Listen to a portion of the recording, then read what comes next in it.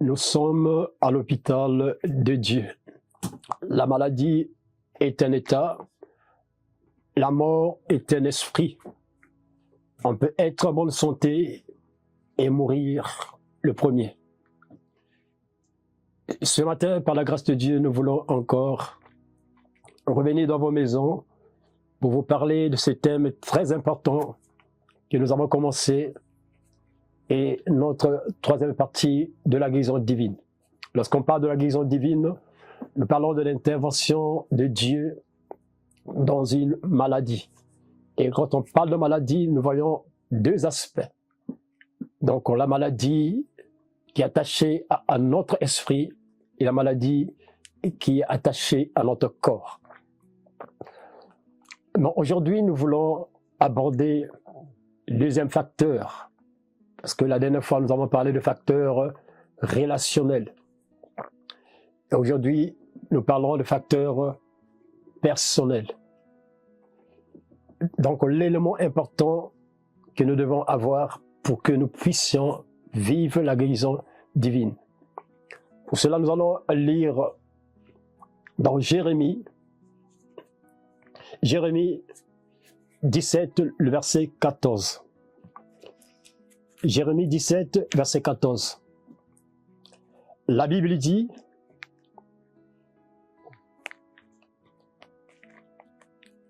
Ô Dieu, guéris-moi.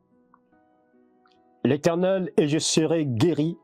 Sauve-moi, et je serai sauvé, car tu es ma gloire. Guéris-moi, Éternel, et je serai guéri. Sauve-moi, je serai sauvé. Donc la Bible dit, c'est la personne qui est malade qui montre l'élément, cet élément-là pour faire venir en elle la guérison. Il dit, guéris-moi. Il parle au Seigneur. Et moi, je serai guéri. Donc, lorsqu'on nous regardons et nous examinons la parole que la personne prononce, cet homme-là qui est malade voit dans l'autre, dans Dieu, la guérison. Et il sait qu'elle est malade. Il dit, Seigneur, guéris-moi. C'est-à-dire, je crois que tu as quelque chose. Et mon besoin, le besoin que j'ai, peut être traité, résolu par toi. Il dit, guéris-moi et je serai guéri. Donc, il est conscient que si tu dis quelque chose, et elle vivra la manifestation de la puissance de Dieu. Donc, il dit, guéris-moi, je serai guéri. Cet élément est très important. Donc, nous parlons de la foi de la personne. Dans l'aspect personnel, c'est la foi de la personne. Tu ne peux jamais recevoir la guérison divine si tu ne présentes pas cet élément que nous appelons la foi. Parce que cet homme la croit, il dit, Seigneur, guéris-moi. Moi, je crois que je serai guéri. Donc, elle est consciente. Elle pense que, elle croit que si tu fais quelque chose, je serai guéri. Donc nous savons, sans la foi, nul n'est agréable à Dieu. La guérison est disponible. On peut être dans un endroit, l'atmosphère de la guérison divine est là. Ou bien on peut rencontrer une personne qui est porteuse de la guérison divine. Mais si la personne qui est en face d'elle ne croit pas à ce qui est dans l'autre, ça sera impossible que la personne reçoive la guérison. Je vous donnerai à chaque fois quand j'enseigne, j'aimerais ajouter des éléments palpables que nous appelons le témoignage que nous avons déjà vécu. Nous parlons de l'aspect personnel, donc la foi de la personne qui cherche la guérison. Un jour, nous rencontrons une femme. C'était une femme blanche, elle était malade. Et elle avait le cancer de la gorge. Et cette femme-là était dans une église. Et un jour, parce qu'elle a grandi dans, sa famille est une famille chrétienne, donc elle a grandi dans la foi. Elle va vers son pasteur et dit, pasteur, je suis malade, mais je ne veux pas que je puisse commencer le chimio. Parce qu'elle était à la porte de ce traitement de commencer le chimio, parce qu'elle avait le cancer de la gorge. Mais elle croyait en Dieu. Elle dit à son pasteur, pasteur, prie seulement pour moi, je crois que je serai guéri. Et elle avait la foi. Elle croyait que en priant pour elle, elle peut recevoir la guérison. Mais le pasteur lui dira, non, la guérison, Dieu ne guérit plus. C'est comme ça qu'elle s'est révoltée du non, moi je crois que Dieu guérit. Elle était dans une ville qui est proche de Nice, donc au sud de la France, dans un village qu'on appelle la Gap. Et nous sommes à Lyon. Donc le docteur qui devait la traiter se trouvait à Lyon. Elle se déplace, elle vient à Lyon. Alors, elle a pris une place à l'hôtel. Et toute la nuit, elle était dans des larmes. Et le matin, il y a l'une de mes enfants de l'église qui travaillait à l'hôtel en question comme étant... elle travaillait comme à l'hôtel en question. Alors le matin, femme de chambre, le matin, pendant qu'elle devait préparer les chambres, elle entend une voix, une personne qui est en train de pleurer. Elle vient taper à la porte. C'était dans la chambre où se trouvait cette femme qu'on appelle la Marie. Et la femme lui dit, elle pose la question à la femme, pourquoi tu pleures? Elle dit, la femme lui demande, est-ce que tu crois en Dieu, tu es chrétienne? Elle dit, oui, c'est chrétienne. C'est comme ça, elle s'est libérée. Elle a dit, je suis malade, mais je ne veux pas commencer le chimio. Moi, je crois que Dieu peut me guérir. Est-ce que tu peux prier pour moi? La femme dit, ouais, c'est pas possible pour moi, mais moi, je te mets en contact avec mon pasteur. Et c'est comme ça qu'on lui a donné mon numéro. Elle m'appelle. Le même jour, je me souviens encore, c'était un mardi, nous avons des réunions de prière pour les intercesseurs. Elle est venue à l'église. Mais ce que j'ai remarqué dans cette femme-là, c'est la foi qu'elle avait. Elle dit, pasteur, je suis malade, mais je refuse le chimio. Alors elle dit, pasteur, moi je crois. Et c'est elle-même qui va me proposer la manière dont je dois prier pour elle. Elle dit, prends seulement l'huile, prie pour moi. Waouh, c'était quand même touchant. Et je lui ai dit, mets-toi à genoux. Nous avons prié, je l'ai oint d'huile. Elle est repartie.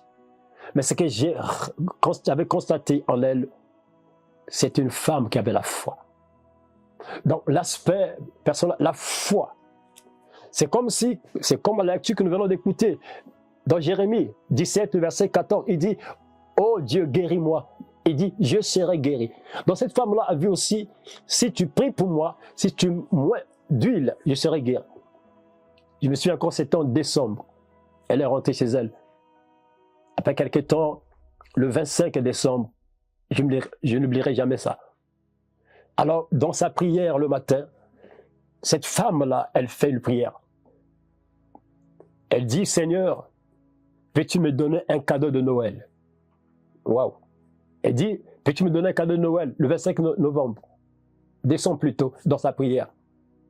Et le même jour, le médecin qui était chargé à lui, qui le suivait, l'appelle aussi en répliquant encore les mêmes paroles. Elle dit, Madame, je te donne un cadeau de Noël. Ça, j'aime entendre ça. Elle dit, les cellules cancéreuses ont disparu. J'ai dit bien, les cellules cancéreuses ont disparu. La femme a crié et elle m'appelle, je tourne le trait. Elle me dit, pasteur, regarde ce que le médecin m'a dit. Mais ce que j'aimerais dire, c'est, la Bible dit, oh Dieu, guéris-moi, je serai guéri. Donc la femme a cru. C'est comme ça qu'elle viendra et nous a fait du bien, elle nous a bénis. Cette femme-là a été guérie miraculeusement. Pas parce que Dieu avait voulu ça. Pas parce que j'ai prié, mais c'est parce que elle a vu la guérison et elle est venue prendre sa part. Donc cet aspect est très important. Si nous voulons être bénis par Dieu, si nous voulons être guéris par Dieu, il y a des éléments qui doivent être ensemble.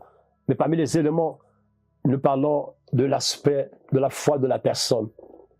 Comme le cas de cette femme-là que je vous ai parlé de Marie. Et cette femme-là, c'est elle qui nous a fait visiter la ville et qui nous a mis en contact avec d'autres personnes qui étaient malades. Je bénis Dieu pour sa vie. Je dirais encore, s'il faut lire encore un autre passage pour que nous comprenions que nous devons avoir cet élément-là. C'est dans l'évangile de Luc. Luc 18, versets 41 à 42. J'aimerais lire. Luc 18, versets 41 à 42. La Bible dit, il lui demanda, que veux-tu que je te fasse? Il répondit, Seigneur, que je recouvre la vue. Donc la question est demandée à celui qui est malade. Jésus qui demande, que veux-tu que je te fasse? Donc Jésus savait très bien que cet homme-là était aveugle. Mais il lui pose la question pour retirer, faire sortir en lui cet aspect de la foi personnelle. Il dit, Seigneur, je veux voir. Je veux que je recouvre la vue. Et c'est comme ça que la Bible dit, Jésus lui dit, recouvre la vue, ta foi t'a sauvé. Ça veut dire, vis maintenant ce que tu as déclaré, ce que tu crois. Quelqu'un peut prier pour toi, mais si toi-même tu n'as pas la foi, tu ne pourras jamais vivre la guérison divine. Il dit, que veux-tu que je te fasse? Il dit, je recouvre la vue. Et Jésus dit, ta foi recouvre la vue, ta foi t'a sauvé. Donc la foi de la personne est très importante. Cet aspect personnel. Parce que nous avons vu l'aspect relationnel. Pour ceux qui n'ont pas essayé de voir notre deuxième partie de la guérison divine. Alors c'est comme ça que cet homme-là a recouvert la vue. Parce qu'elle a cru. Parce qu'il a cru. Parce qu'il savait que non, ce que moi je cherche, c'est la guérison. C'est comme ça que dans Ésaïe, dans Jérémie plutôt, vient de lire, il dit, Seigneur, guéris-moi et je serai guéri. Et ça, beaucoup de personnes parfois demandent à Dieu des choses. Et même, elles ne croient pas ce qu'ils demandent. Il y a aussi un élément que nous avons encore ajouté, un exemple de la Bible. Nous irons à l'école de la femme aux pertes de sang. J'aime cette histoire. Regardez ce que la Bible dit, c'est dans Luc 8. Luc 8, c'est une histoire qui me bouleverse parce qu'il y a des éléments très importants à relever dans cette histoire. Luc 8, versets 43 à 48. La Bible dit, Jésus lui dit, Luc 8, 43 à 48. Je lis. Or, il y avait une femme atteinte de perte de sang depuis 12 ans et qu'il avait dépensé tout son argent, tout son bien pour les médecins sans qu'aucun ait pu la guérir. Elle s'approcha par derrière et toucha le bord du vêtement de Jésus. Au même instant, la perte de sang s'arrêta. Wow. Et Jésus dit, qui m'a touché? Comme tous s'en défendaient, Pierre et ceux qui étaient avec lui dirent, Maître, la foule t'entoure et te presse, et tu dis, qui m'a touché? Mais Jésus répondit, quelqu'un m'a touché, car j'ai connu qu'une force était sortie de moi. Car j'ai reconnu, une force était sortie de moi. La femme, se voyant découverte, vint toute tremblante, se jetait à ses pieds et déclara devant tout le peuple pourquoi elle l'avait touché.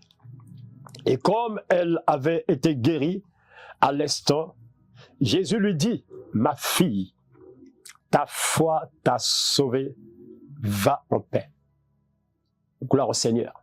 Donc, regardons comment cette femme-là a pu prendre sa part de la guérison. Jésus était là. La Bible dit, cette femme-là avait une maladie, la perte de sang pendant 12 ans. 12 ans. Donc, il y a le chiffre 12.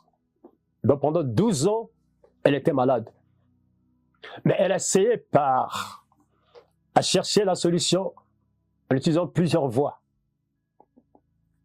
La Bible nous dit qu'elle avait dépensé tout son argent. Donc, elle avait des moyens. Là, déjà, nous pouvons voir, il y a des maladies qui ne peuvent être traitées que par Dieu. Même si tu as l'argent, peut-être vous êtes en train de me suivre, tu es riche, tu as des moyens, tu as la possibilité d'aller dans les hôpitaux, mais la médecine a des limites. Il y a des choses que tu ne peux jamais obtenir auprès des hommes. Il y a la guérison que tu ne peux jamais obtenir même en utilisant ton argent. Tu peux faire le tour du monde, chercher des professeurs, mais il y a des limites. Sinon, cette femme-là devait résoudre son problème. C'est comme ça qu'ils viennent, elle se présente maintenant, elle cherche une autre solution parce que sa maladie n'était pas attachée seulement à son corps. C'est une maladie qui avait une source spirituelle et qui avait des conséquences au niveau de son corps. Voilà pourquoi je disais et je dis encore, il y a deux dimensions où l'homme peut être malade. Il y a des maladies qui sont attachées à ton esprit et au niveau de ton corps aussi. Je crois que c'est le cas de cette femme. Et quand une maladie est attachée au niveau de ton esprit et de ton corps, tu ne peux pas traiter seulement le corps aussi longtemps que tu n'as pas traité cette dimension spirituelle. La femme arrive, elle souffre pendant 12 ans. De l'autre côté, il y a aussi, j'aime cet homme de Galilée qu'on appelle Jésus. Il a fini sa mission, il avait 33 ans. Donc on voit, Jésus est né de 0 à 30 ans. Nous voyons dans 0 à 30 ans. Et quand nous prenons les 12 ans de la maladie de la femme, ça veut dire que Jésus était déjà né. Écoute-moi frère, écoutez-moi. Il était déjà né.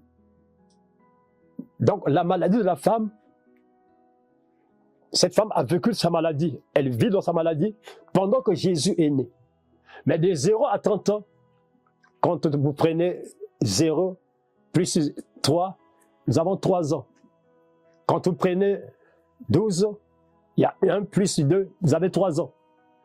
Mais pourquoi cette femme-là n'a pas bénéficié de la guérison divine pendant que Jésus avait 30 ans? C'est comme ça que je dis, suis le mystère. Mais vous remarquez, à l'âge de 30 ans, Jésus va aux eaux de baptême. C'est alors que la Bible dit, le ciel témoigne, celui-ci est mon fils bien-aimé. Or, Isaïe nous dit, un enfant nous est né, un fils nous est donné. Donc, à 30 ans, Jésus a reçu le Christ qui est l'Esprit de Dieu. Donc, il devient maintenant une personne esprit et une personne naturel. Il peut marcher, il peut toucher. Mais le Christ est venu en Jésus après 30 ans. Donc, les 3 ans, la femme au père de sang a reçu sa part dans les 3 ans de Jésus. Alléluia. Le mystère de la guérison divine. Regarde ce qui s'est passé. Elle arrive, elle dit, si seulement je peux toucher son vêtement. Elle ne dit pas si seulement je peux m'approcher devant lui et qu'il prie pour moi. Cette femme-là avait une foi charismatique. C'est elle qui est allée prendre. On ne l'a pas donné la guérison, mais elle-même est allée prendre. Parce que l'aspect de la foi personnelle est très important, bien-aimé. C'est comme les témoignages de cette sœur qui vous a parlé de Marie. C'est elle qui propose. Je vous donne encore un autre témoignage de la guérison divine pour faire ressortir l'aspect personnel. L'aspect personnel, c'est-à-dire la foi de la personne. Un jour, il y a quelqu'un qui était malade. C'est une femme. C'était en Afrique. Alors, la femme vient me voir parce que son enfant était à l'hôpital. L'enfant était à l'hôpital. Cette femme-là était une femme qui se débrouillait. Donc, elle avait des soucis. Et l'enfant est à l'hôpital. Et pendant le programme, là où j'étais invité, elle vient me voir. Elle dit, pasteur, pendant que tu parlais, tu prêchais, l'Esprit m'a dit de venir te voir. Mon enfant est à l'hôpital. On m'a donné l'ordonnance. Mais je n'ai que 15 000. L'Esprit me dit de te remettre les 15 000. Je regarde la femme, je pense à ma maman. Je regarde la femme, je vois les souffrances. J'ai dit non, je vais prier pour toi, mais je ne prends rien. Et l'homme de Dieu qui était à mes côtés dit, pasteur, ne fais pas ça. Prends ce qu'elle te donne. Mais je ne voulais pas prendre. Je ne voulais pas prendre. Mais la femme, elle, c'est sa manière de voir les choses. Sa manière de pouvoir prendre sa part de la guérison divine à travers l'homme que j'étais comme étant un échantillon. Un homme comme étant porteuse de la guérison divine. J'ai prié pour elle. Et elle est repartie. Vous savez ce qui s'est passé? Une semaine après, du mois, elle vient témoigner. Elle dit, pasteur, mon enfant est de l'hôpital. Mon enfant a été guéri. Waouh, j'aime cela. Et pourquoi je parle de ça? Au fait, c'est pas moi qui est allé lui donner la guérison, mais c'est elle, la femme, qui a utilisé sa foi, qui a manifesté sa foi, et sa foi l'a poussé de prendre. Écoute frère, les hommes porteuses de la guérison divine, c'est comme cette valise-là qui contient des trésors. La valise peut passer devant toi, mais c'est à toi d'ouvrir la valise, de prendre sa part. C'est comme ça la femme au père de sang est allée prendre sa part. Mais regardez ce que la Bible dit. Lorsque Jésus pose la question, il dit aux disciples, quelqu'un m'a touché. Ils diront, mais maître, c'est normal parce que tu es au milieu de la foule. Il dit non, quelqu'un m'a touché parce que j'ai senti quelque chose, j'ai perdu. Quelqu'un a pris quelque chose. Une force est sortie de moi. Donc celui qui a la foi, même si ce n'est pas ton rendez-vous aujourd'hui pour la guérison, pour un miracle, tu peux prendre quelque chose, tu peux recevoir. Parce que celui qui a la foi, c'est-à-dire c'est elle qui a la main de prendre dans l'homme, dans la personne qui est porteuse d'une grâce, d'une gloire, d'une guérison divine, ta part. Ce n'est pas Jésus qui a décidé, je vais donner, guérir cet homme-là. Mais c'est la femme qui a pris la décision, elle dit non, je prends. Jésus dit, parce que j'ai senti une force sortir en moi. Celui qui a la foi, bien-aimé, peut récupérer même des choses qui n'étaient pas proclamées pour elle. Je redis encore. Regardez, Jésus avait un rendez-vous, il partait pour prier. Il partait Mais la femme n'était pas dans le rendez-vous de Dieu. Dans le calepin de Dieu, cette femme-là n'était pas inscrite. Mais c'est la femme qui va, dans la folie de la foi, et dit, même si tu ne viens pas chez moi, mais moi je viens dans ta maison pour prendre ma part. C'est très important. Lorsqu'on parle de la guérison divine, il y a des éléments à considérer. Des éléments à considérer. C'est comme ça que Jésus dit, non, quelqu'un m'a touché parce que j'ai senti une force sortir en moi. Et Jésus dit à la femme, il regarde la femme, il dit, femme, ta foi t'a sauvée. Ça veut dire, femme, t'as pris ce que tu cherchais en moi. Ce n'était pas ma décision, ce n'était pas mon vouloir, mais parce que tu as compris.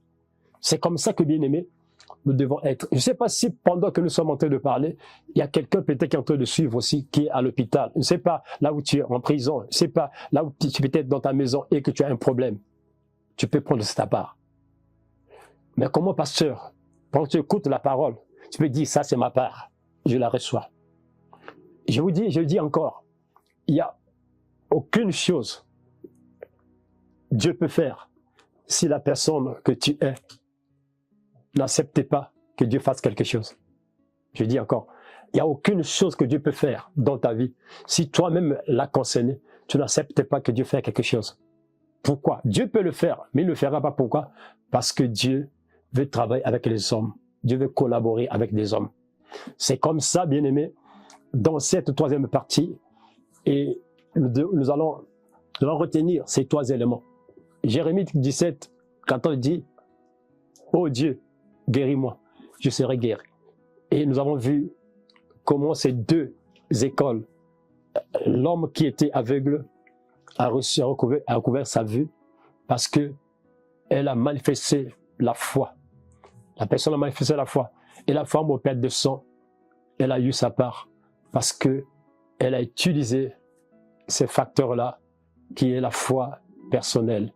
J'aimerais encourager celle qui est malade, je vais t'encourager, ne perde pas la foi. La chose que le diable cherche à combattre, c'est pas ta vie de prière, c'est pas ce que tu es, mais ce que tu manifestes, c'est ta foi. Quand le diable arrive à détruire ta foi, ça dit il t'éloigne de ce que Dieu veut faire dans ta vie. Le Seigneur est tellement bon, c'est par ces quelques mots, nous allons nous arrêter et j'aimerais prier à tous ceux-là qui ont des soucis. Et ceux qui peuvent nous contacter aussi, vous pouvez envoyer des messages sur des prières, parce que nous aurons aussi un temps de prière intense pour les malades.